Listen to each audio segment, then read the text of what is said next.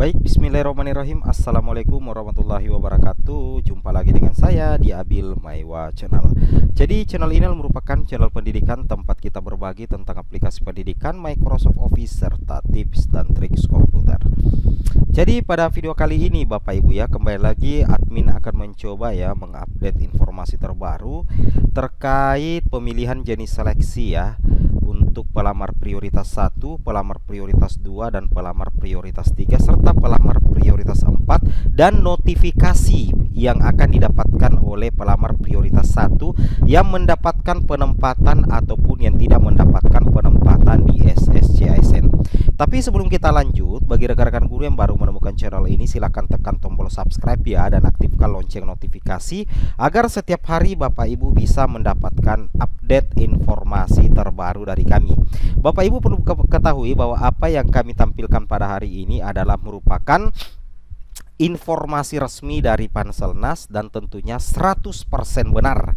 Jadi untuk lebih tepatnya ya Bapak Ibu ya, untuk judul video kita pada hari ini, admin memberikan judul adalah notifikasi penting yang akan didapatkan oleh pelamar prioritas 1 yang mendapatkan penempatan, dan notifikasi penting yang cukup mengecewakan bagi pelamar prioritas 1 yang tidak mendapatkan penempatan di SSCISN. Kenapa kami katakan ini adalah informasi resmi? Karena informasi ini datang dari Panduan Pendaftaran CASN 2022 khusus untuk P3K Guru. Seperti itu Bapak Ibu ya. Itu yang harus Bapak Ibu pahami. Nah, di sini kita lihat ya bahwasanya untuk pemilihan jenis seleksi, di sini kategori pelamar dalam seleksi rekrutmen guru ASN P3K di tahun 2022 itu terdiri dari beberapa ya, 4, P1, P2, P3 dan P4. Di sini untuk pelamar prioritas 1, pelamar prioritas 1 merupakan peserta yang telah mengikuti seleksi P3K untuk jabatan fungsional guru tahun 2021 dan telah memenuhi nilai ambang batas. Pemenuhan kebutuhan guru dari kategori pelamar prioritas 1 dilakukan berdasarkan urutan sebagai berikut. Ya, jadi seperti itu ya. Jadi di sini untuk urutan P1 itu yang ada di Panduan Pendaftaran Sistem Seleksi Calon Aparatur Sipil Negara versi 1.0, itu yang pertama ini sudah sama dengan yang ada di Juknis ya, di Permenpan RB juga sudah sama ya, Permenpan RB nomor 20 tahun 2022 seperti itu ya. Jadi urutannya adalah THK2 yang memenuhi nilai ambang batas pada seleksi P3K untuk jabatan fungsional guru tahun 2021. Kemudian yang kedua adalah guru non ASN yang memenuhi nilai ambang batas pada seleksi P3K untuk jabatan fungsional guru tahun 2021. Yang ketiga, lulusan PPG yang memenuhi nilai ambang batas pada seleksi P3K untuk jabatan fungsional guru tahun 2021. Dan yang keempat adalah guru swasta yang memenuhi nilai ambang batas pada seleksi P3K untuk jabatan fungsional guru tahun 2021.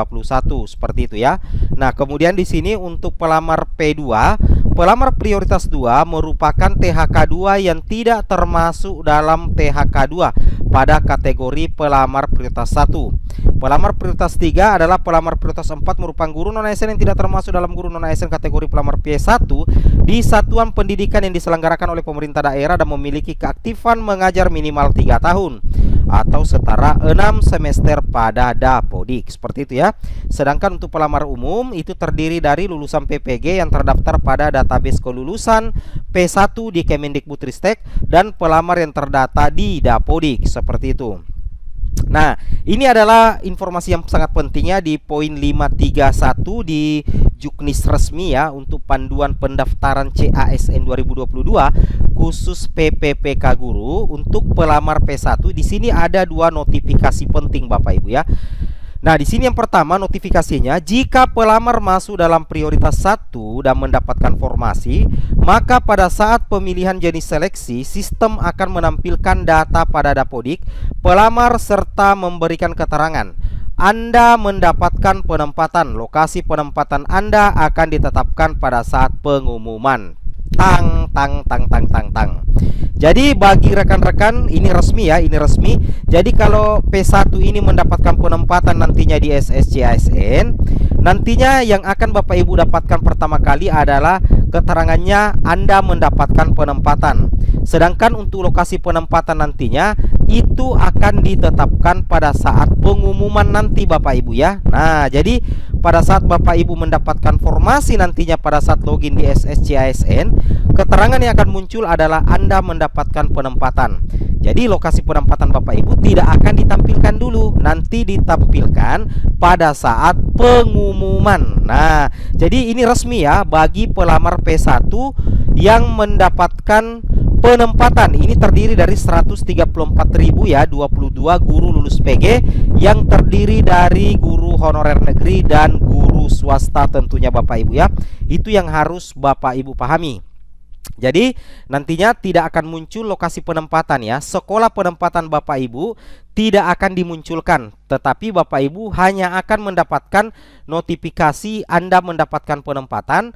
Lokasi penempatan Anda akan ditetapkan pada saat pengumuman. Seperti itu ya. Itu yang harus Bapak Ibu pahami.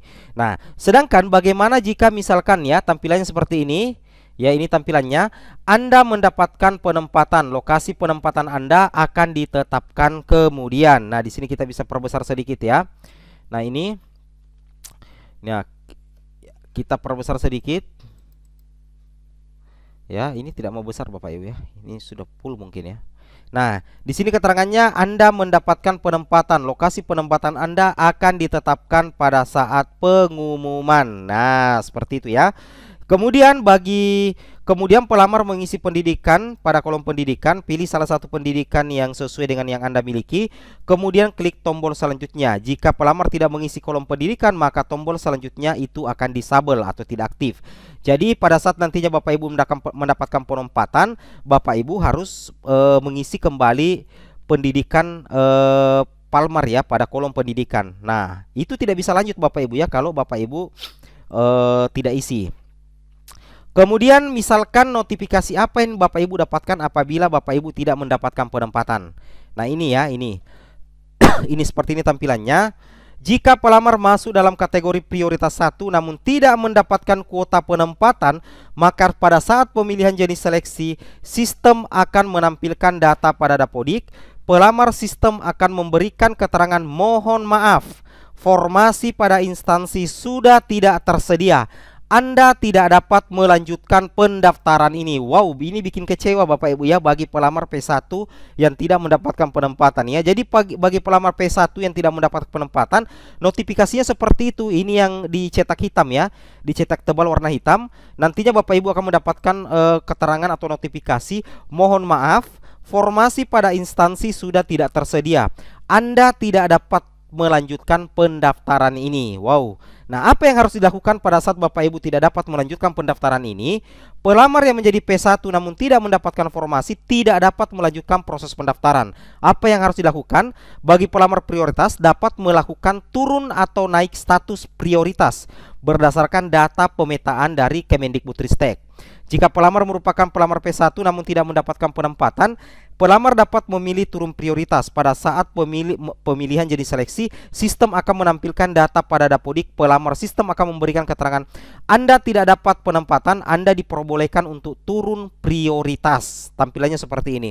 Anda tidak mendapatkan penempatan, Anda diperbolehkan turun prioritas. Ini adalah 3 notifikasi penting bagi pelamar P1 yang mendapatkan penempatan, tidak mendapatkan penempatan, atau notifikasi pada saat turun prioritas. Dan ini resmi ya, ini gambarnya Bapak Ibu. Ini gambarnya Bapak Ibu bisa perhatikan. Oke, mungkin cukup sampai di sini informasinya ya. Assalamualaikum warahmatullahi wabarakatuh.